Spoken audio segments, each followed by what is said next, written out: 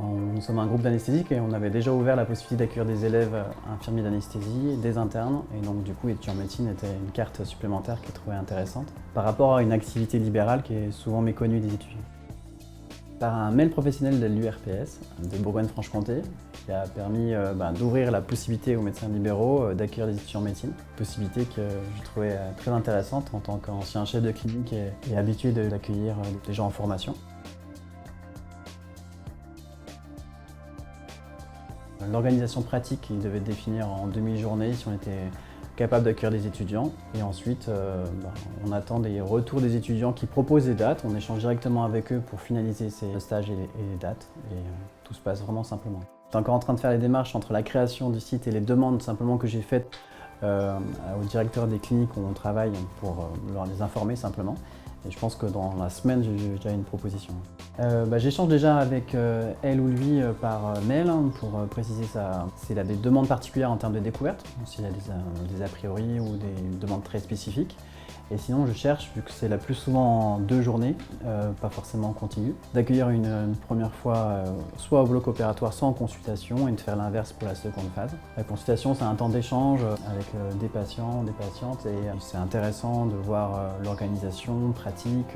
Et après chaque rendez-vous avec un patient, je cherche à rendre ça plus ludique et éducatif pour l'étudiant, en lui expliquant comment ça s'est passé, pourquoi et qu'est-ce qu'on doit rechercher. On leur montre en tout cas qu'il y a plusieurs pratiques, plusieurs types d'activités, mais qu'on est quand même, comme dans le secteur public, dans une démarche de bon soin, la bonne personne, dans le bon temps. Enfin, c'est vraiment des choses de qualité et d'expertise qui se partagent entre les deux secteurs, qui sont complémentaires.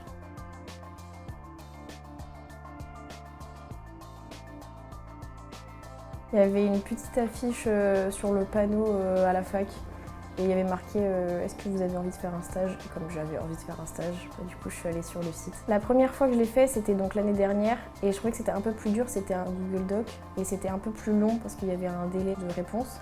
Mais cette année, la plateforme elle a changé et c'était beaucoup plus simple. Ça a pris à peu près 30 secondes à s'inscrire, donc c'était rapide. Dès qu'il y avait un nouveau praticien qui apparaissait sur la plateforme, je faisais le stage directement. J'allais voir, je sais pas, une fois par mois pour voir s'il y avait des nouvelles personnes qui apparaissaient. Il m'a répondu, je dirais, un jour après. J'ai dû aller au bout d'un mois à peu près.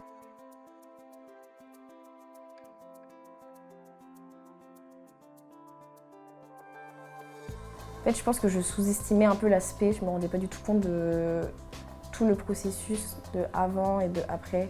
Il y a le suivi du patient de A à Z vraiment. Et une fois en consultation, donc ça m'a permis de voir les deux pans du métier parce que c'est pas que le bloc. Et je trouve que c'est trop sympa. Même si c'est pas forcément une spé qui m'intéresse de base, je peux être plus sûre de mon choix. De base, que le monde hospitalier c'était pas forcément pour moi. Enfin, je pense que être plus pour le libéral et ça a confirmé ce que je pensais de base en fait. Donc là, avec les années qui vont venir, je vais découvrir le monde hospitalier plus en profondeur, mais en tout cas j'aime le monde libéral et les vaccins Prat m'ont permis de m'assurer à ce niveau-là.